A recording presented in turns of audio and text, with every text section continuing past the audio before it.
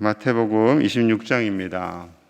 오늘도 주님과 동행하시는 복된 날 되시기를 축복합니다.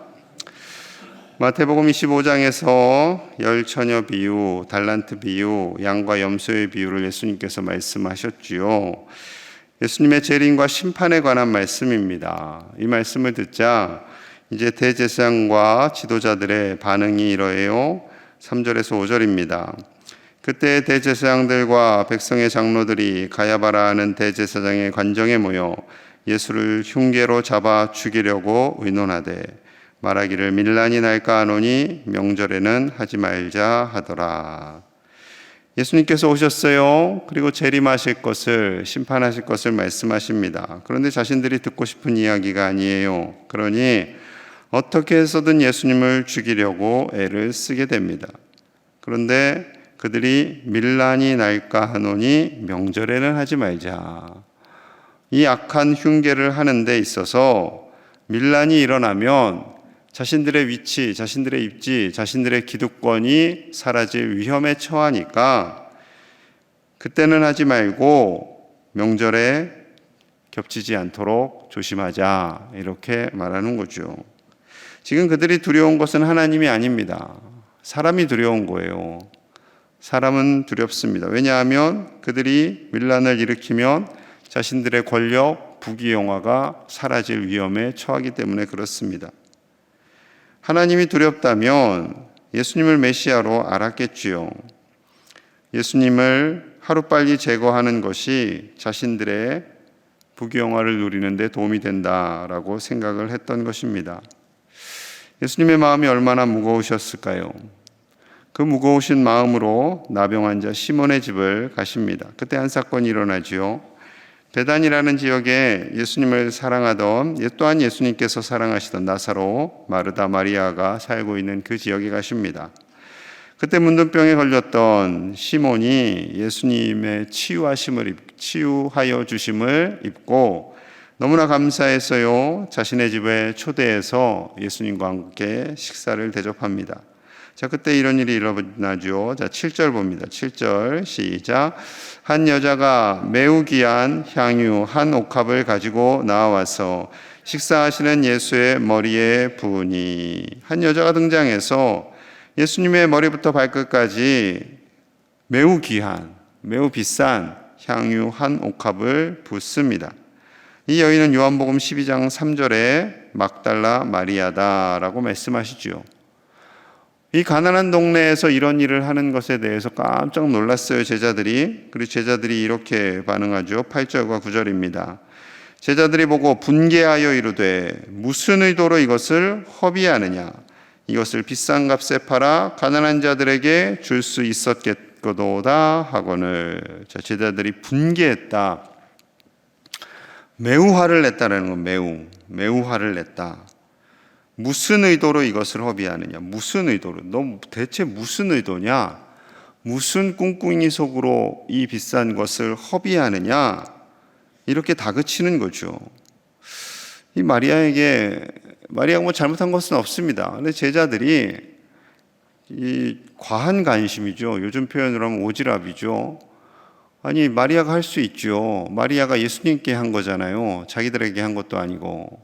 마리아가 예수님에게 한 건데 물론 비싼 거예요. 향유의 값어치가 그 당시에 약 노동자 1년치의 임금에 해당한다고 합니다. 마리아는 예수님을 바라보며 예수님을 위해서 한 행동인데 제자들이 화를 냈어요. 심하게. 그것도 사람들이 많은 앞에서 마리아의 자존심을 짓밟았습니다. 마리아도 무안하고 그것을 받으시는 예수님도 참 민망하셨겠지요. 그런데 11절에 이렇게 말씀하세요. 11절입니다. 가난한 자들은 항상 너희와 함께 있거니와 나는 항상 함께 있지 아니하니라. 가난한 자들은 항상 너희와 함께 있겠지만 예수님은 너희와 함께 할 수 없다라는 겁니다. 예수님께서 이미 제자들에게 3번이나 죽음을 말씀하셨지요. 그런데 그 죽음을 말씀하실 때마다 내가 높다, 아니다, 내가 더 높다, 막 서로 싸우기도 하고 심지어 야고보와 요한은 어머니까지 대동해서 청탁을 하기도 했습니다. 전혀 예수님의 죽음에 대해서는 관심이 없는 사람들인 거죠. 예수님께서 결정적인 한마디를 하십니다. 12절이에요. 12절. 이 여자가 내 몸에 이 향유를 부은 것은 내 장례를 위하여 함이니라. 나의 장례를 준비한 것이다. 그 제자들이 얼마나 긴장했겠습니까? 예수님께서 3번이나 말씀하셨지만 그들은 제대로 듣지 않았어요. 듣고 싶지도 않았죠. 왜냐하면 예수님께서 로마를 누르고 왕이 되시면 다들 한 자리씩 해야 하기 때문에 그렇습니다. 하지만 마리아는 예수님의 말씀을 잘 들었습니다. 예수님께서 언젠가 돌아가시겠구나, 임박했구나. 그럼 예수님의 장례를 준비해야겠다. 예수님께 나의 소중한 것을 드리고 싶다 하는 마음으로 향유를 부은 거죠. 자신의 최상의 것으로 예수님께 드린 겁니다. 예수님께서 마리아를 칭찬하세요. 자, 13절입니다. 13절 시작. 내가 진실로 너희에게 이르노니 온 천하에 어디서든지 이 복음이 전파되는 곳에서는 이 여자가 행한 일도 말하여 그를 기억하리라 하시니라. 아멘. 예수님께서 전혀 예상치 못한 말씀을 하시는 거죠. 진실로 너희에게 이르노니 온 천하에 어디서든지 복음이 전파되는 곳에는 이 여자가 행한 일도 말하게 되고 그 마리아의 헌신을 기억하게 될 것이다. 마리아가 참 귀한 일을 하였다라는 거죠. 이 예수님의 말씀은 가난한 자들을 도와야 한다는 제자들의 그 말이 잘못됐다라는 것이 결코 아닙니다. 예수님 그 누구보다도 가난한 자들을 긍휼히 여기셨죠. 예수님의 말씀에 집중하고 예수님께서 왜 이 땅에 오셨는지 관심을 갖고 예수님의 마음을 알고 그리고 예수님의 십자가를 준비하는 그 마리아의 행동을 칭찬하고 계시는 거죠. 그렇기 때문에 예수님의 십자가를 준비한 이 행동이 성경이 존재하는 한 복음이 전파되는 그곳에 이 마리아의 헌신과 희생도 다 기억되리라 라고 말씀하는 거죠. 여러분, 예수님의 십자가를 준비한다라는 것은요, 그만큼 예수님께서 왜 이 땅에 오셨는지를 관심을 갖고 있었고, 예수님께서 단순히 이 세상에서 높아져서 부귀영화를 누리는, 그래서 자신을 따르는 제자들에게 자리 하나씩 주는 그런 분이 아니라는 거죠. 마리아는요, 정확히는 몰라요. 어떻게 메시아적 사명을 감당하실지 정확히는 모르지만 예수님께서 3번이나 죽으신다라는 그 말씀을 들었고 뭔가 불안하고 그래서 그 일이 일어나기 전에 자신의 모든 것을 내어드리고 싶었던 것이지요. 여러분, 그것이 우리 그리스도인의 진실된 삶의 모습인 줄로 믿습니다. 예수님께서 왜 이 땅에 오셨고 무엇을 원하시는지를 알아야 돼요. 주인의 마음이죠. 아버지의 마음입니다. 제자들은 정반대로 갔어요. 예수님께서 하실 일과. 그러니까 오늘 본문에 베드로가 예수님 체포되자 여인의 말에, 연약한 여인의 말에 예수님을 부정하잖아요. 당신도 저자와 한패 아닙니까? 덩치 큰 베드로가 아닙니다, 아닙니다. 그리고 나중에 예수님을 저주하기까지 하죠. 얼마나 부끄러웠을까요? 그렇습니다. 우리는 예수님의 마음을 알아야 돼요. 예수님의 마음, 우리 아버지의 마음. 그 마음을 알고 예수님의 시선이 머무는 그곳에 우리의 시선도 머물러야 하고 예수님을 위해, 하나님을 위해 우리의 인생을 온전히 기쁨으로 내어드리는 아름다운 삶을 살아가야 할 줄로 믿습니다. 우리 모두가 그렇게 살아갈 때 마리아처럼 복음이 전해지는 곳에 이 일이 기억되는 것처럼 우리가 정말 하나님의 마음을 알고 하나님을 위해 살아갈 때 하나님께서 우리를 영원히 기억하실 줄로 믿습니다. 그렇게 하나님의 마음에 영원히 기억되시는 저와 여러분들 되시기를 간절히 축복합니다. 자, 이후에 예수님께서 이제 6월절 마지막 만찬을 준비하세요. 자, 어떻게 준비하면 좋을지 제자들이 묻습니다. 18절이에요. 이르시되 성한 아무에게 가서 이르되 선생님 말씀이 내 때가 가까이 왔으니 내 제자들과 함께 6월절을 내 집에 지키겠다 하시더라 하라 하시니. 자, 성 안에 가면 누군가를 만날 것인데 그때 선생님께서 제자들과 함께 유월절 지낼 방을 좀 준비해 주십시오. 이 말씀이죠. 자, 그런데 누가복음 22장에 가보면 이 내용이 더 구체적으로 기록되어 있어요. 자, 누가복음 22장 10절에서 12절입니다. 이르시되 보라, 너희가 성내로 들어가면 물 한 동이를 가지고 가는 사람을 만나리니 그가 들어가는 집으로 따라 들어가서 그 집 주인에게 이르되 선생님이 내게 하는 말씀이 내가 내 제자들과 함께 유월절을 먹을 객실이 어디 있느냐 하시더라 하라. 그리하면 그가 자리를 마련한 큰 다락방을 보이리니 거기서 준비하라 하시니. 굉장히 구체적이죠. 누가는 굉장히 섬세합니다. 예수님의 말씀을 직접 들은 제자도 아니에요. 누가는 의사였어요. 바울과 함께 따라다니는. 그런데 예수님께서 하신 말씀들을 사도들을 통해서 듣고 그것을 체계적으로 잘 정리합니다. 아주 구체적으로. 물 한 동이를 가지고 가는 사람을 만날 텐데 그 사람을 따라 들어가라. 그리고 그 집의 주인에게 예수님께서 제자들과 함께 유월절을 먹을 공간을 달라 요청하면 그가 큰 다락방을 2층에 2층, 그 부자라는 거죠. 2층 집이 있는데 커요. 큰 다락방이 있었어요.